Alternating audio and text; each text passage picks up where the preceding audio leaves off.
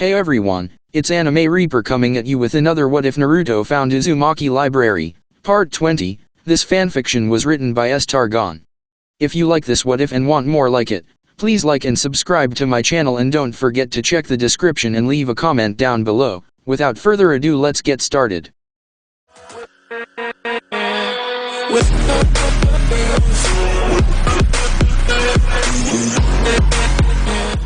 Chapter 20. Hinata stepped as lightly as possible as she approached the main family quarters. Odd how she didn't really think of it as home anymore. Staying at Kurane-sensei's house, she'd felt more welcome there than she'd ever felt in the Hyuga compound. At least since her mother died. Things had been, at least a little different then, but that had been so long ago that it was becoming hard to remember.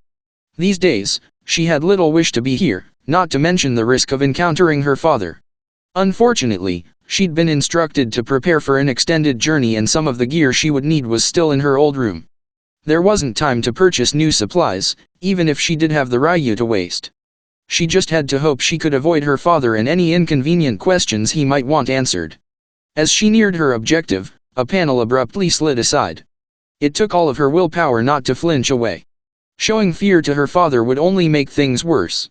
But it wasn't Hyuga Hayashi behind the rice paper panel. Niji-san, she blurted out.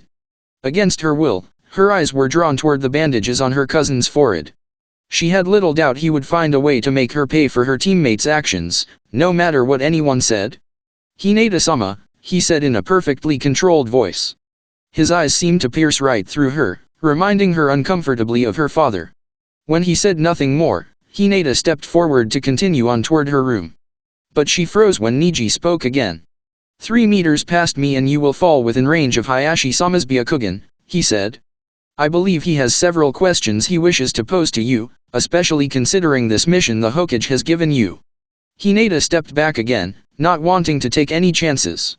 She was surprised that Niji could track the range of father's vision that closely. It implied that he could see almost as far with his Byakugan as the leader of the clan. Yet another realization that must have rankled, given his being born into the branch family. Niji's mouth twisted slightly. I take it you have been instructed not to speak of your mission. Hinata nodded. He would not doubt enjoy watching father make her squirm as he tried to make her talk. But this mission was also her chance to get away from Konoha and the Hyuga complex for an extended period of time. She could endure anything in the short term to make that dream a reality. I took the liberty of securing the shinobi equipment from your room, Niji continued, pulling Hinata's familiar backpack out from the room behind him. He gave it a small toss and Hinata caught it reflexively, too shocked to do anything else.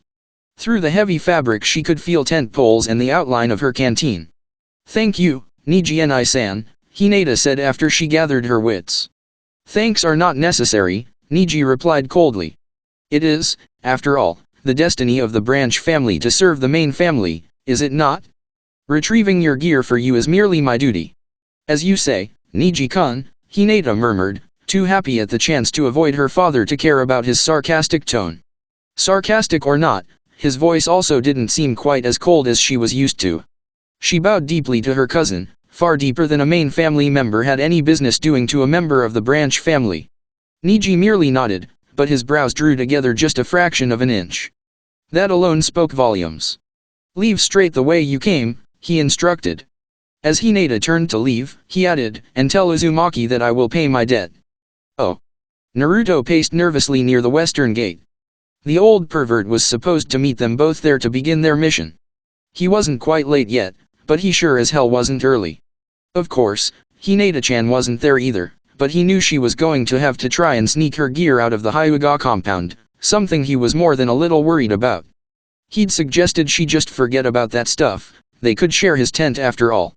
Right after he said that, Hinata turned bright red and Naruto wanted to smack himself in the face. He'd offered innocently enough, but he knew exactly how Jiraiya would take that. Best friends or not, a boy and a girl his age sharing the same two-man tent would garner some comments from him. Naruto shook himself out of his reverie. Just being around the sun in a short while had him thinking about dirty stuff. Kurane-sensei would be ashamed of him. Hinata deserved better too. He resumed pacing. Blaming the lecherous old fart was better than sitting around worrying about Hinata-chan. Her father was a major jerk and there was no telling what he might try to pull if he ran into her before they left town. Naruto wondered if going back for her traveling supplies was a way for Hinata to prove to herself that she wasn't really afraid of him. Maybe he'd ask Kurane-sensei when they returned. "Oi, where's your girlfriend?" a loud voice asked from behind him. Naruto had to control himself to keep from jumping. Pervert or not, the Sunin was, in fact, a great ninja, and he'd been able to sneak up on Naruto while he was actively looking for both him and his teammate. It almost made up for his personal habits. Almost. Naruto clenched his fists as he spun around, but refrained from lashing out at the old jerk. That would just egg him on to do worse.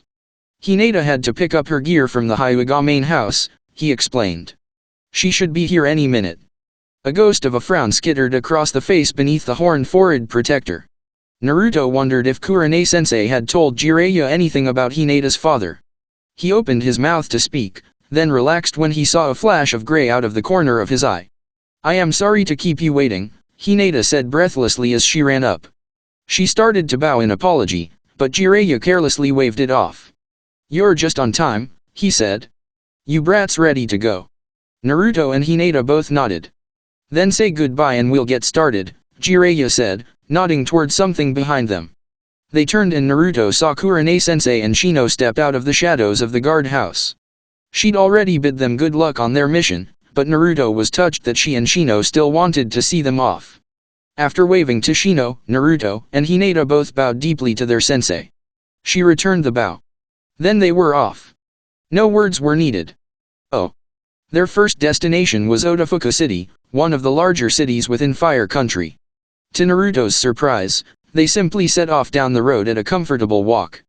It took less than 15 minutes for him to crack. "Is there a reason we are traveling so slow?" he finally asked. "I mean, we want to find this person as quickly as possible, right?" Jiraiya sighed. "You ever see a cat try to catch a bird?" Naruto nodded. "Does that cat run around like its tail is on fire, looking for birds, or does it sneak up slowly?" the Sunin asked sarcastically. "Do you think Tsunade-sama will try to avoid us?" Hinata asked curiously. Jiraiya shrugged. "It's possible," he said, making a vague gesture with his hand. "She can sense chakra usage from a ways off, and she tends to avoid shinobi these days, even ones that might be from Konoha." "I thought you wanted my clones to help find her?" Naruto asked, remembering the conversation in the Hokage's office. "I will. After I ask her the first time and she turns me down. By that time, she'll already know we're in the area. I'd just like to get close before we have to start actively chasing her." Jiraiya grinned. "She can still move pretty fast when she wants to." "Great," Naruto groused, "then that means we can't practice while we're walking, can we?" Jiraiya looked puzzled, so Hinata helpfully explained how Kurane had them practice various minor jutsu as they traveled. "Well, I suppose the run here needs all the chakra control practice he can get," Jiraiya mused aloud, much to Naruto's annoyance, "but now is not a good time. Consider it patience training, brat. You need more of that too." Naruto glared at the older man, but then realized Jiraiya was deliberately winding him up. With an effort, he turned away from the annoying old coot and spoke to Hinata in little more than a whisper, deliberately ignoring the Sunin. Oh. Hinata was just a little bit impressed. Naruto was normally so passionate that, well, it was easy for someone to provoke him. She had to suppress a smile when she saw the disappointed frown on the mission leader's face. "So, any trouble getting your stuff?" her friend asked. Hinata swallowed. Things had been rather tense at the Hyuga compound, but Niji's actions were even more unnerving. "I didn't see father, but..." Naruto just raised an eyebrow, something he'd picked up from Shino at one point. He only did it around his teammates and she originally thought he'd done it deliberately to tease Shino, but now she wasn't sure. When they talked in the hospital, he used it to great effect every time her words jammed up in her throat. Just thinking about that conversation again made her a little lightheaded, and for a moment, she had to concentrate on where she placed her feet. "I talked to Niji," she whispered as the silence stretched out. "He was different, at least a little. He intercepted me right before I would have encountered father and gave me my pack.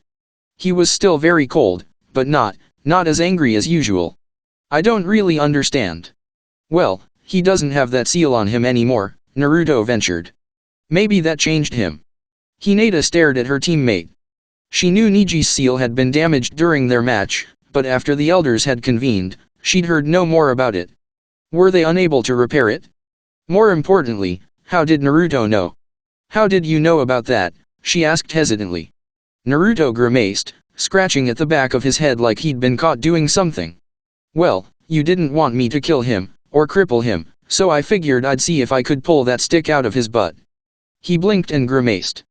Hinata stared at her best friend as he muttered about unfortunate metaphors and looked faintly embarrassed. Oh. Elsewhere, Kurane, Asuma, and Kakashi had finally met up to discuss their bets. Actually, it was more like Kurane cornered the two jonin. There was a slight dispute regarding the exact terms of their wager. Since the third part of the Chunin examination had not been concluded, there was some precedent for saying that all bets were off. On the other hand, the words, "we'll get farther than yours," had been used, at least casually, with respect to their genin. By that measure, Team 8 had, with Naruto's and Shino's victories, at least made it to the second round of the finals. Of course, the final decision regarding promotions was not dependent on the results of the matches. A careful, thoughtful candidate eliminated in the first round by a more powerful opponent might be selected for promotion, while the powerful, but rash fighter might be passed over. Chunin were generally stronger than genin, but it was their leadership qualities that made the final grade. Shikamaru, Asuma argued, only forfeited his fight because he realized something was wrong, and anticipated the betrayal and invasion. That was something Kurane's students couldn't claim. If he'd stayed and fought in a complete tournament, it was entirely possible that he'd have found a way to overcome both Naruto and Shino as well. Kakashi didn't really have much of an argument, none of his students had even made the final round.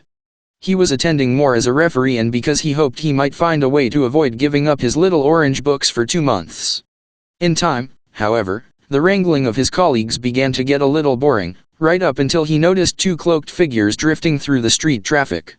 Oh. Bored out of his mind, Naruto tried to invent new ways to amuse himself. He couldn't really train or do anything involving chakra at the moment. He didn't know if the old pervert was serious or not, but he didn't want to be responsible for failing the mission if he was. He also couldn't really do much physical training while they were traveling. This Tsunade person could move pretty fast if she decided to avoid them, at least that's what Ero-Sennin claimed, anyway. That meant he couldn't really afford to get tired out, either. That left mental training, but he couldn't exactly pull out a scroll while they were walking. Not on a mission. Maybe he could work on his observational skills, he thought after a while. Of course, the scenery was much the same, at least until they got farther away from Konoha. Eventually, he settled on trying to make covered observations of his companions as well as other travelers. The old pervert was pretty oblivious, but Hinata always seemed to fidget a bit when she knew he was looking at her. As observant as she was, watching her without her noticing was quite a challenge. At first, just watching her out of the corner of his eye and not stumbling in the road was challenging enough. He supposed being able to focus like that might prove useful if he ever had to tail someone in a crowd. With a little practice, Naruto got good enough at observing that he could actually pay attention to what he was seeing. Hinata seemed different. She didn't duck her head down as much as she used to. It wasn't a big difference, but he'd noticed in the past when they sparred she would have to straighten her neck from her normal posture when she slid into her Jyuken stance. Now she seemed to look straight ahead. He supposed it didn't make much difference which way she faced since she had the Byakugan, but it was more subtle than that. Kurane had lectured them a couple of times regarding body language and how to interpret it. This was one of those subjects that Hinata was far more adept at than her teammates. Of course, she'd tried to hide that at first, at least until Shino had asked her point blank if she'd been trained in this subject by her clan.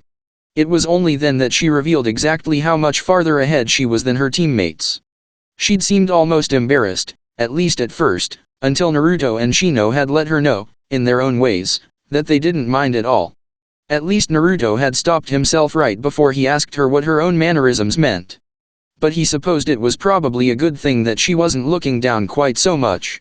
She'd been kind of worse in that respect after she fought Niji and ended up in the hospital, but ever since the invasion, when she'd subdued Temari. Maybe she was a little more confident? After all, the sand girl she'd defeated had smacked Tenten around pretty good. That had to mean something, even if it had been a bad matchup for the weapon expert. Hinata's gait also seemed a little looser. More relaxed.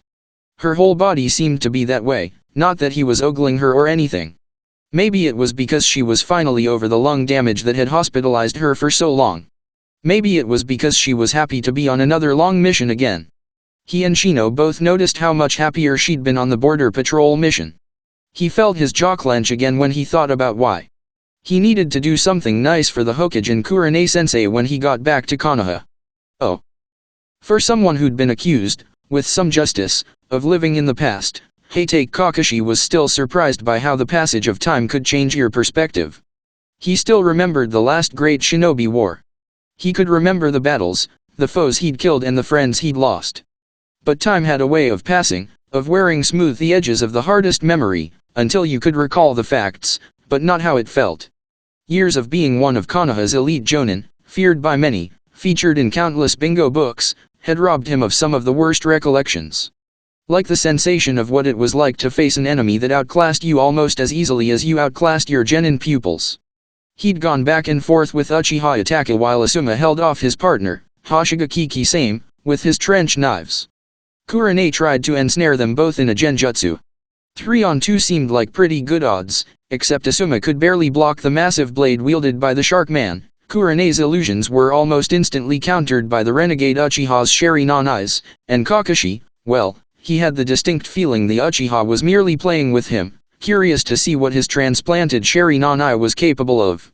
Every trick, every stratagem Kakashi tried was countered almost as soon as it was begun, and with far more ease than he was able to stop Itachi's attacks.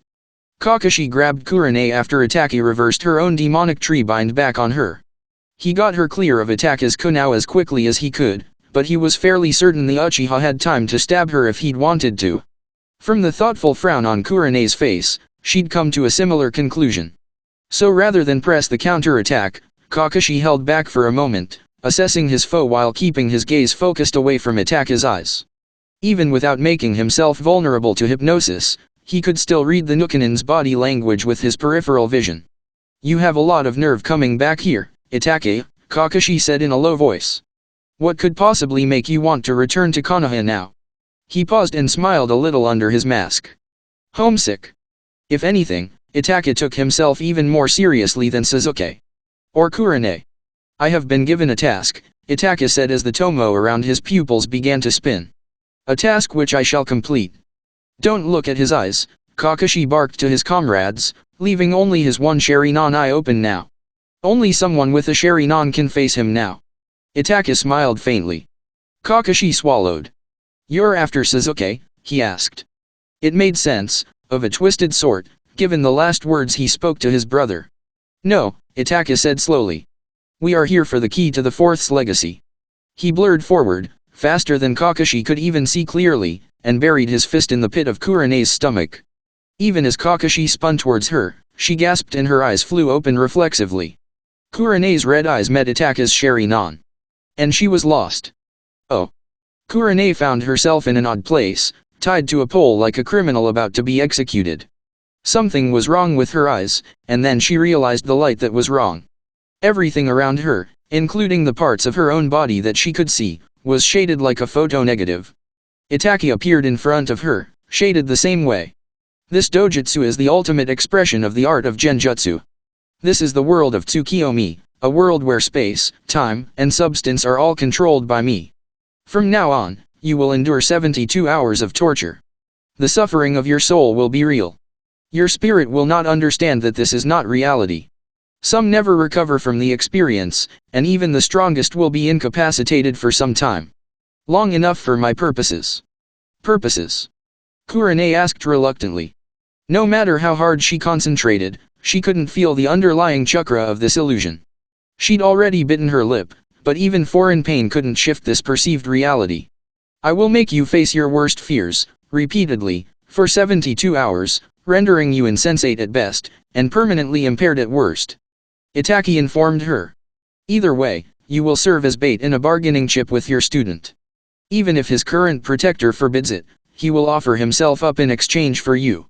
Kurane tensed and opened her mouth, but even as she began to curse, time seemed to slow down until her words were distorted and meaningless. "This is the part where you make some tedious statement of defiance. I shall instead begin the torture now." He paused and blinked. If you retain your sanity afterward, I will be curious as to what you think of the ultimate genjutsu of the Sharingan. The world dissolved and all awareness of Kurene's body was swept away. She abruptly found herself pilloried in the large square in front of the Hokage's tower. Also tied to the posts were her students. Surrounding them was a large crowd of faceless people. Despite their lack of features, they still shared common traits, the primary one being a palpable sense of hatred. This was a lynch mob. Looking up at the balcony near the Hokage's office, Kurene felt her stomach twist as she saw a tall faceless man in the Hokage's robes of office. The faceless Hokage made an angry gesture and the crowd surged forward. Naruto was the first to feel their wrath, fingers tearing at his face, gouging out his eyes before hands with knives could stab into his torso. He screamed in agony far longer than Kurene would have believed possible, until he went limp in a pitiful gust of red chakra, shaded dark by the odd light.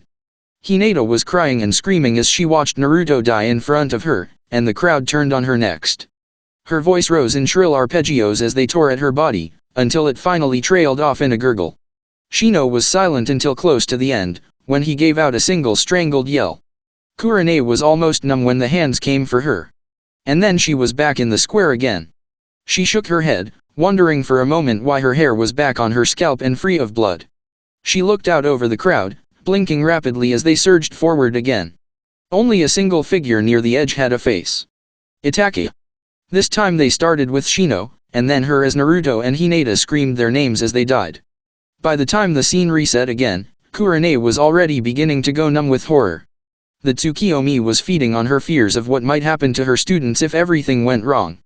If an unfriendly, unjust Hokage came to power, they might well be made scapegoats to appease certain factions in the village. It had happened in other lands. And the so-called ultimate genjutsu was working. She wasn't sure how many repetitions of this scene she could endure before her mind shut down, at least temporarily, to protect itself. 72 continuous hours of this horror would break her. As she braced herself for the next round of screaming, Kurene racked her brain for some way of countering the arrogant Uchiha's dojutsu. She remembered Kobaru-sensei's introduction to the subject of genjutsu, and how he told her privately that he thought she had the mental discipline and imagination to specialize in that area. Not that it was doing her much good now as the crowd ripped at her with frenzied hands. Imagination, she remembered Kobaru's lectures on breaking genjutsu and on how to beat them. They weren't the same thing. Beating a genjutsu means working with it, through it, or despite it to achieve your objectives, even if you couldn't directly break it. He liked to use physical metaphors for complex subjects, and he once compared genjutsu to mental wrestling. Sometimes the only way to break a hold was to move with it, instead of against it. As her ravaged body fell from the post to hit the ground in a spatter of blood and other fluids, the scene reset again. This time Kurene didn't even try to disbelieve it. Instead, she channeled every morbid thought she'd ever had into making this scene real. This really could happen, she convinced herself, and felt her psyche sink deeper into the genjutsu. Her eyes focused on Naruto as the crowd tore Shino from his post, ribs snapping before the ropes broke. The blonde shinobi struggled to free his arms as the faceless villagers threw the bug user to the ground, stomping and kicking at him. Shino reached one hand toward Naruto, two broken fingers twisted obscenely, as his colonies drowned in his own blood. Kurene barely felt it as the crowd tore her to pieces. Her own viewpoint seemed to separate from her tattered corpse as it focused on Naruto's face. Tears poured from his eyes as he screamed and cursed as he watched his team die. And then they went for Hinata. Kurene's attention was focused to a razor's edge as they attacked the young Hyuga she loved like a daughter.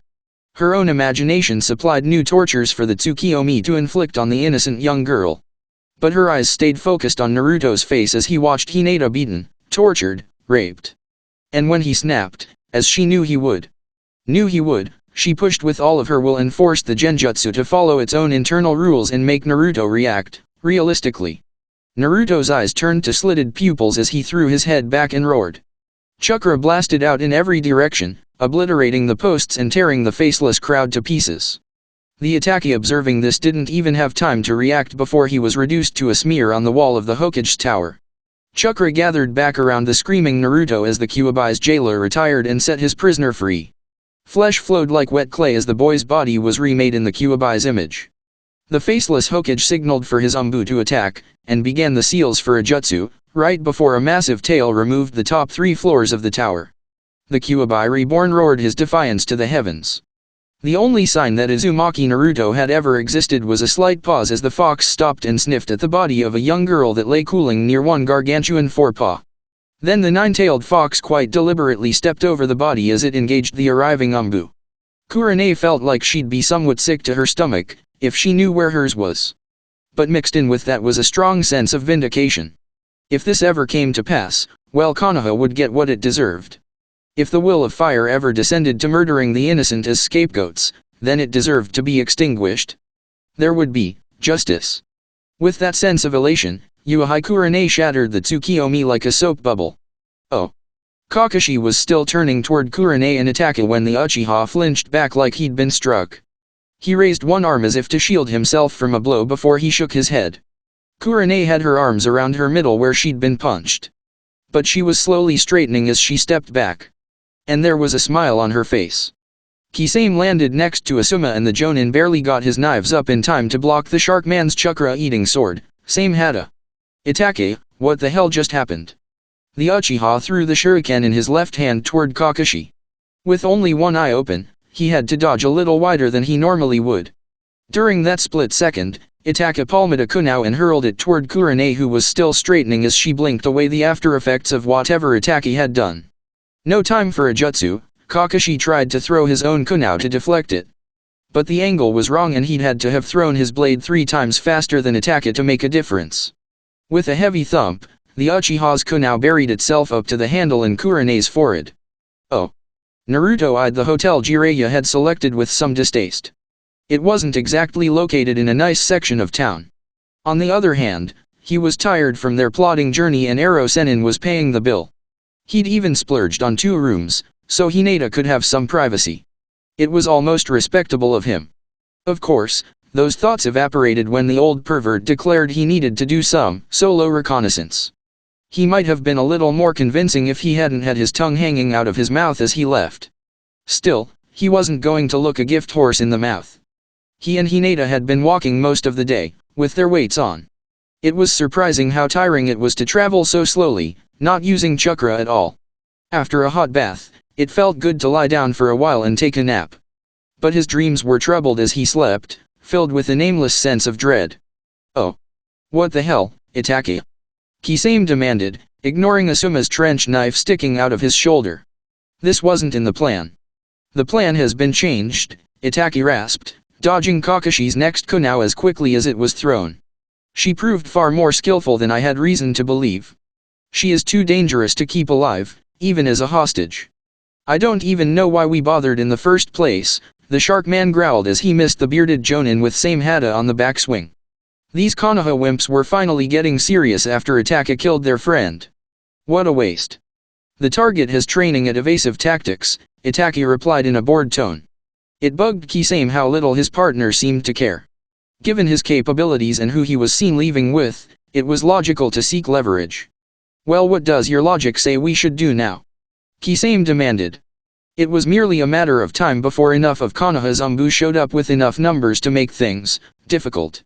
We meet at the 3rd location, Itachi replied, dropping an armed explosive tag from the wide sleeve of his cloak. It detonated even as it touched the water, sending spray dozens of feet up into the air. Before the air had cleared, the red and black cloaked figures were gone.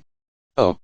Naruto and Hinata, minus their Hittite and in clothes that could pass for civilian wear, slowly made their way through the festival quarter. Otafuku City seemed to thrive on tourism. From the posters they could see, every possible minor occasion had its own festival and some of the vendor booths looked more permanent than the houses. Naruto had been discouraged from participating in many of Konoha's yearly celebrations, so he was content to follow Hinata's lead. A few subtle changes to her gait, facial expressions, and mannerisms transformed stiff Hyuga formality into the behavior of a merchant's daughter. Before they left the hotel, Hinata had Naruto leave his jacket behind and purchase a bright red t-shirt that did not clash with his pants as badly as he anticipated. She also encouraged him to smile as much as possible after she used small amounts of makeup to conceal the whisker marks on his cheeks. Naruto thought she was maybe going a little overboard, but any comments died a burning as she delicately smoothed foundation across his cheeks with her fingertips. She evidently found this just as awkward as he did, because she was blushing as well. On the other hand, Naruto knew there was zero chance of him applying anything to his own face without it being obvious. So he kept quiet. Still, it was almost a relief when she was done and he could relax, being careful not to move his face too much before the traces of makeup finished drying. He watched, fascinated, as Hinata took a small case from a pouch on her backpack and carefully slid tinted circles of some soft material onto her eyes. After a couple of blinks to align them, his friend had blue eyes to go with her fair complexion. Without her own jacket to hide in, Hinata's body looked different as well. Naruto realized that because it was slightly oversized, the jacket tended to make his friend look smaller, meeker, and younger than she really was. Able to see her arms for once, he noticed that their training regimen had definitely had an effect. If Hinata wanted to disguise herself as the hard-working daughter of peasant farmers, she had the shoulders and forearms to carry that off as well. They'd been gone 5 minutes, with Hinata growing increasingly edgy, before Naruto realized he'd been glancing sidelong at his friend the whole time. He awkwardly complimented her acting skills and she relaxed a little. Oh. They threaded through the booths, slowly winding their way through the festival grounds, heading toward the more adult areas of the tourist district. From what Jiraiya-sensei had told them of his former teammate, Hinata figured that they would be more likely to find her in such areas, especially those with gambling. It was a little hard to imagine a son-in retiring to become little more than a traveling gambler, but Hinata could tell there was a lot their mission leader was leaving out of his story. Shinobi of their skills didn't just leave a village without being labeled missing ninja, not unless there were truly unique circumstances. From the way Jiraiya-sensei acted, Hinata suspected that his departure was more of a long-term mission than a true retirement. There was no awkwardness as he took command, no unfamiliarity of protocol. He was still on active duty, reporting directly to the Hokage. She was sure of it. Hinata jerked out of her reverie when Naruto took her hand. The crowds they were weaving through were tighter, the people bigger and older on average. He was only acting like a boy his age might when accompanying his sister or friend in such surroundings. That was the only reason. It had to be. But that didn't stop her lips from forming a small smile. Oh. Naruto tensed up as they began to move through the more adult sections of Odafuku's festival quarter. There were a lot of those kinds of places, a lot more than in Konoha, and he wondered again what kind of Hokage hung out in places like this. He also noticed some of the men there were looking at Hinata, the same way they looked at the other women. He took his teammate's hand to make it clear that she wasn't there by herself, but he wasn't sure all of them got the message. Mission or not, the first person to try anything was going to get seriously hurt. This covert operations stuff was harder than he thought. Oh. Once upon a time, Kakashi being late for a team meeting was pretty much par for the course. But after Team 7 was so easily eliminated during the Chunin exam by their former classmates, that had all changed. Sasuke had challenged their sensei to train them as hard as they could endure and his teammates had backed him on that. Wounded pride wasn't the best of motivations, but neither Kiba nor Sakura enjoyed the thought of being left behind. The fact that they were all struggling as hard as they could to keep up with the new regimen seemed to improve their teamwork as well. It probably helped that Sakura was usually too tired to even talk to Sasuke at the end of the day. The events of the Chunin exams seemed to shake up their sensei as well. Sakura didn't think she'd seen a single orange book cover since then, and he was always on time for training sessions. So when sensei was late this afternoon, the pink-haired Kunoichi was concerned. Then she heard a strange bird call, and suddenly leaping figures appeared, darting across the rooftops. She glanced over at her teammates. Sasuke was sitting quietly, but his eyes had popped open the moment she heard the bird call. Kiba had been fidgeting for the last several minutes. He couldn't really stand to sit still. "Let's go," she said. "What?" Kiba asked, clearly confused. "Sensei is late for the first time in weeks, and I think they just called an Umbu mobilization," Sakura explained as she stood up. "She's right," Sasuke added quietly. His simple agreement might have made her heart race once, but Sakura was still annoyed with her teammate. Bad enough that he didn't think she could kill a simple snake, but what he'd said about Hinata to Naruto was uncalled for. Even if it was a valid tactic, he had insulted someone who defended him while he was helpless from the curse seal.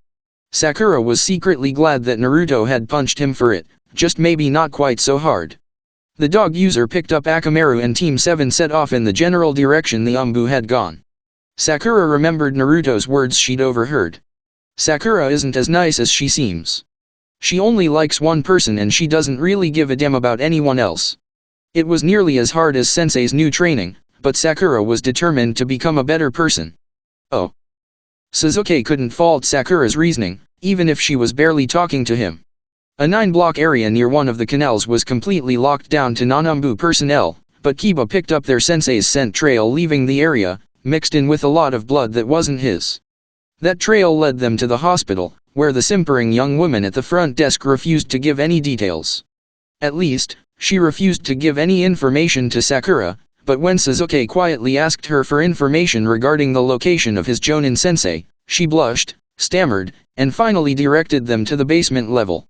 It took no small effort to keep his face from twisting in disgust. For one thing, the woman was easily twice his age.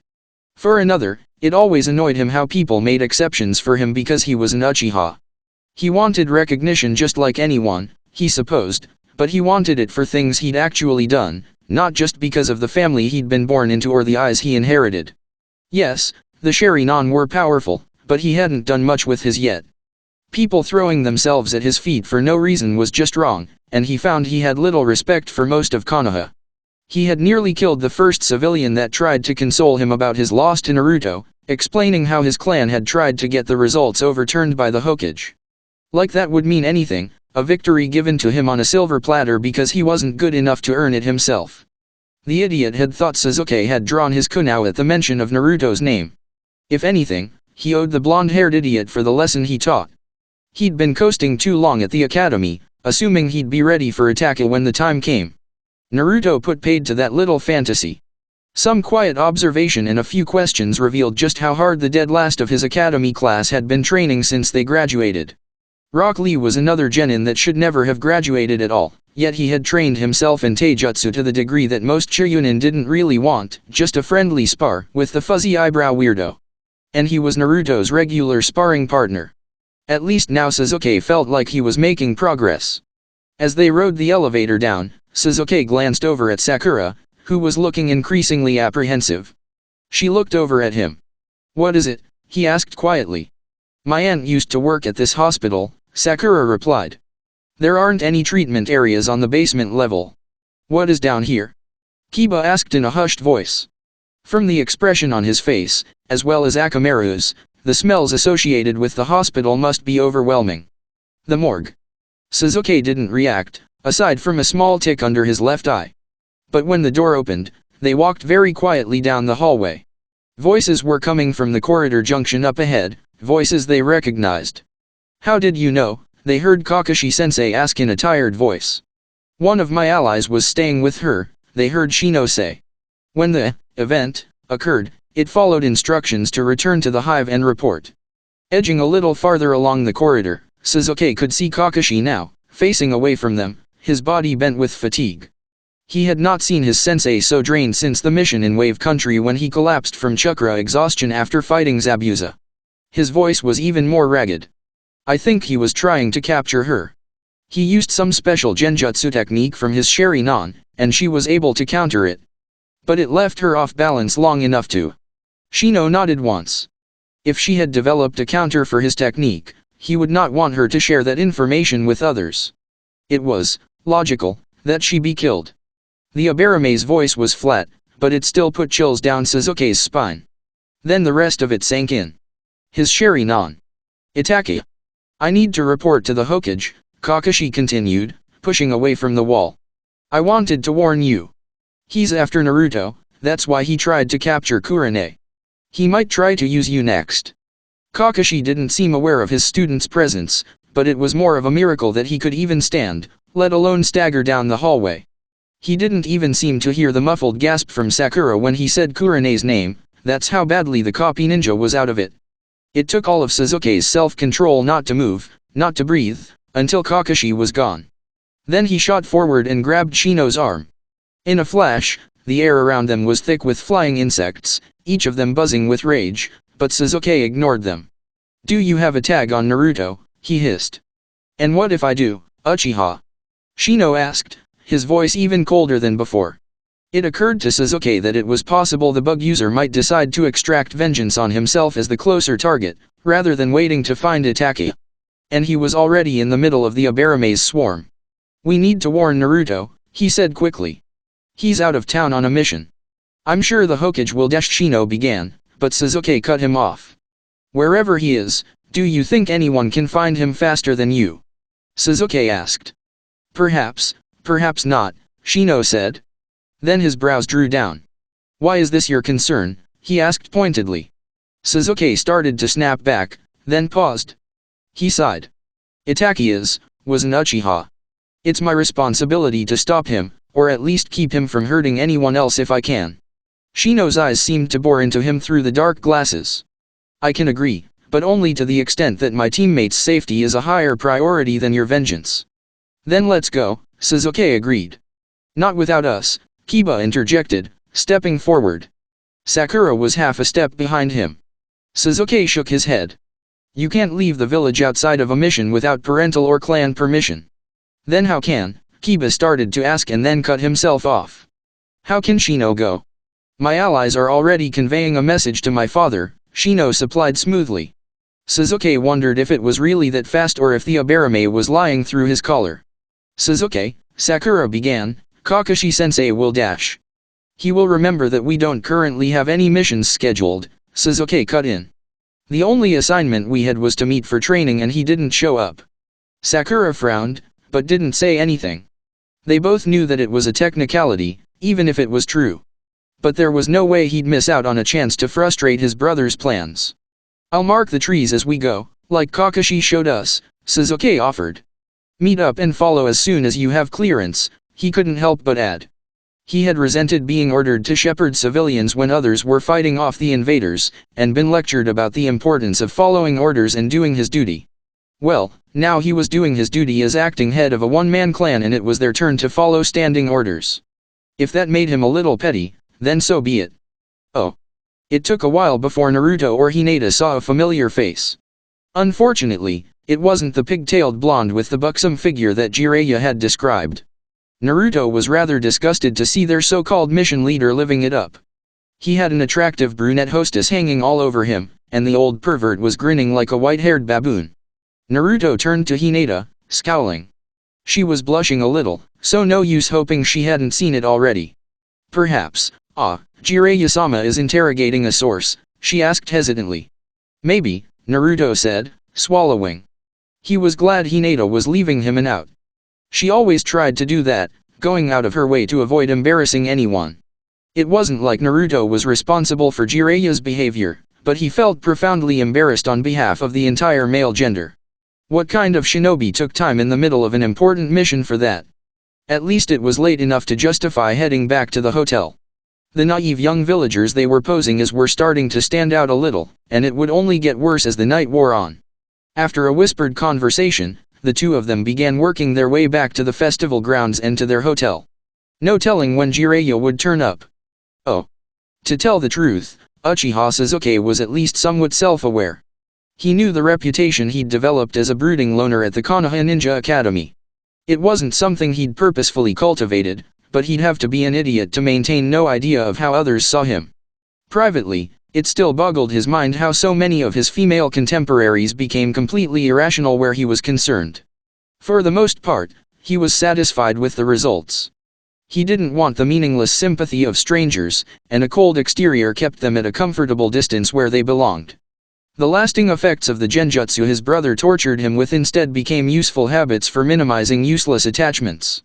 But now, he traveled with someone even less talkative. And, if it was possible, even angrier. Abarame Shino didn't say a single thing after they left the morgue and slipped out of the village. The fact that they went over the wall instead of using the gate confirmed his suspicions about whether Shino had formal permission yet. Not really his problem though. Not like Itachi. As they took to the trees, Sasuke was a little surprised at the pace Shino set. Abarame were known for their jutsu, not for their speed, but he was actually having to push a little to keep up. He didn't remember Shino being this fast when they were classmates. Had he been holding back, or was everyone getting stronger like Naruto? Sasuke tightened his jaw, scowling. Oh. Naruto and Hinata were both silent as they slipped into their hotel. Between her natural reticence and Naruto's embarrassment over the old pervert's behavior, no one really felt like talking.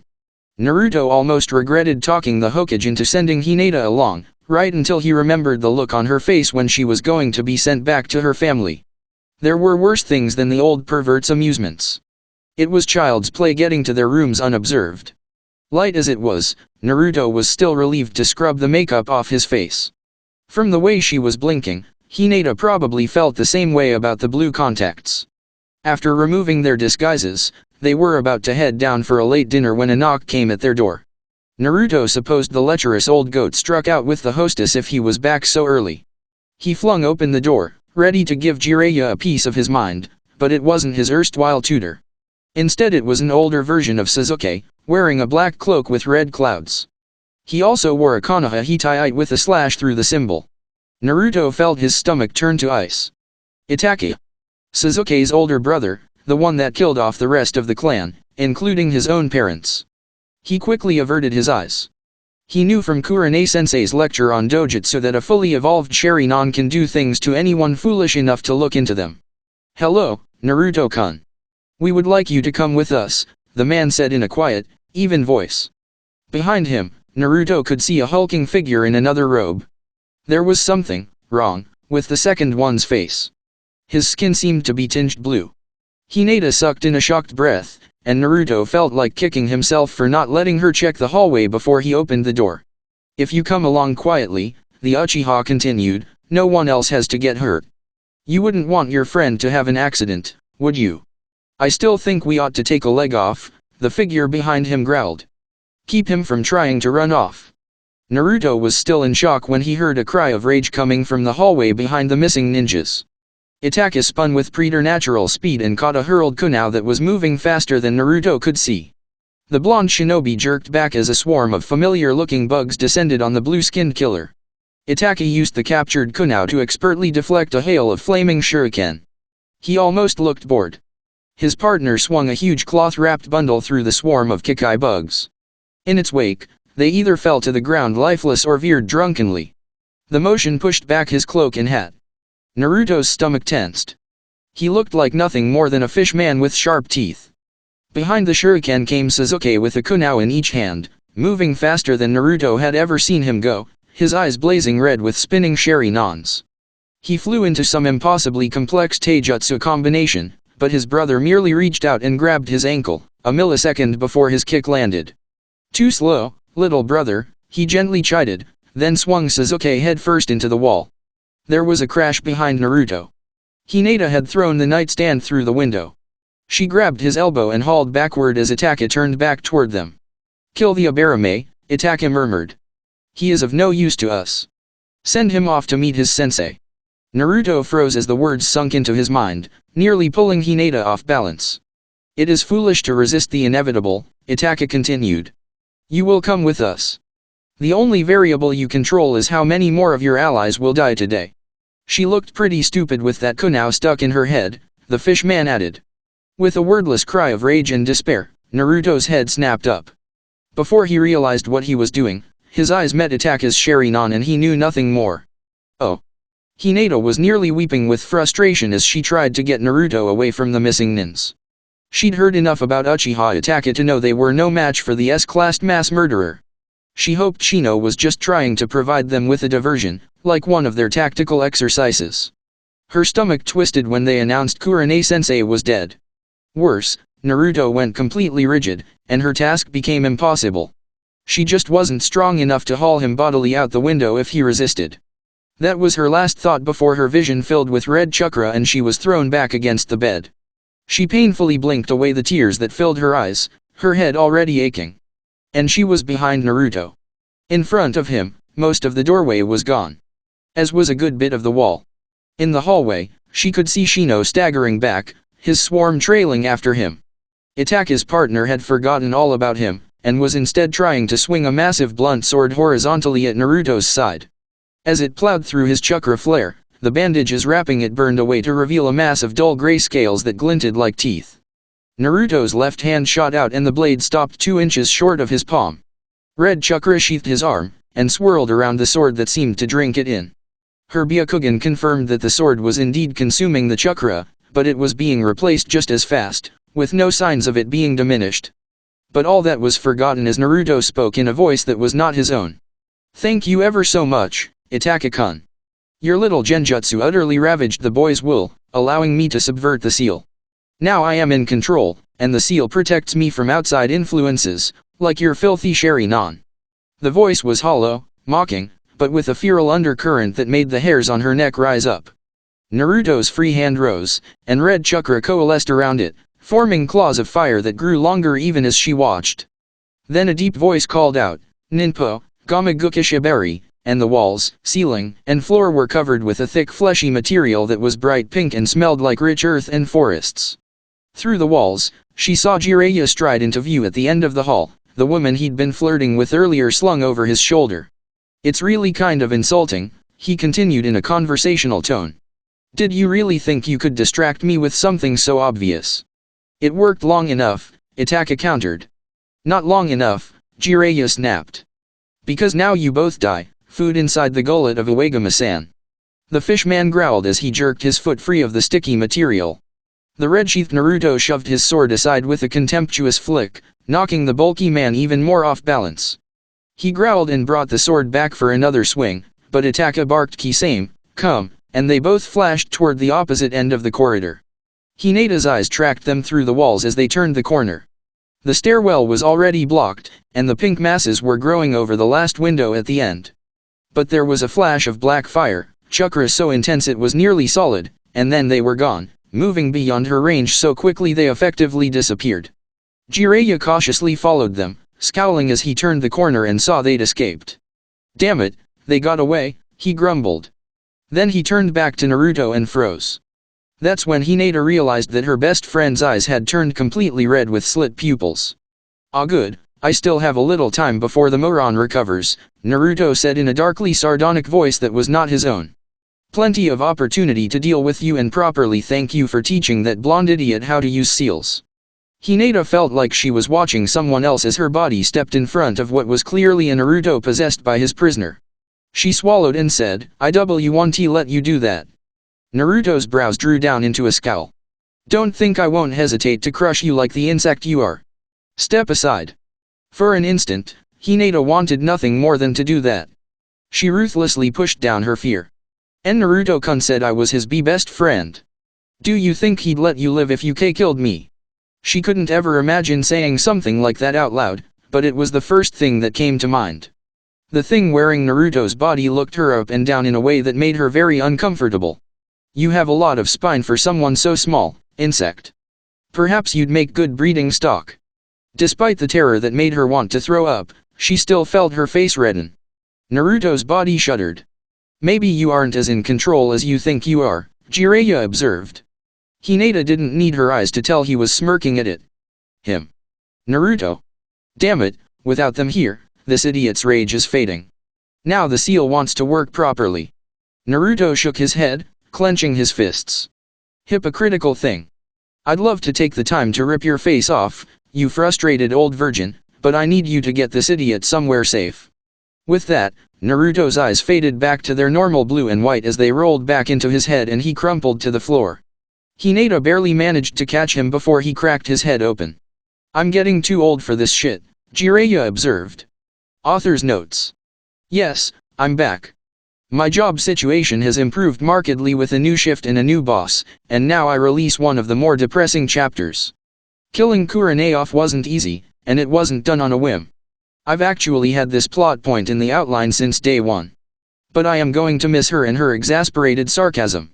Using her internal monologue to point out things I found amusing or ridiculous was surprisingly addictive. Bibliophile asked a good question that I wanted to repeat here. B. Checking my timeline here, they fight in Konoha, head to the city where Naruto is, hire a distraction to keep the perv occupied, and then go after Naruto. The time it took them to hire a distraction and make sure it worked is what let Shino and Sasuke catch up, correct? Me, yes, and it took them significantly longer to find Naruto than it took Shino, since he had Naruto tagged. Also, the distraction was under a genjutsu, not hired. I guess even Akatsuki have limited expense accounts. Yes, Sasuke isn't always a big jerk. Getting his bell rung in the preliminaries by dead last was sort of a wake-up call.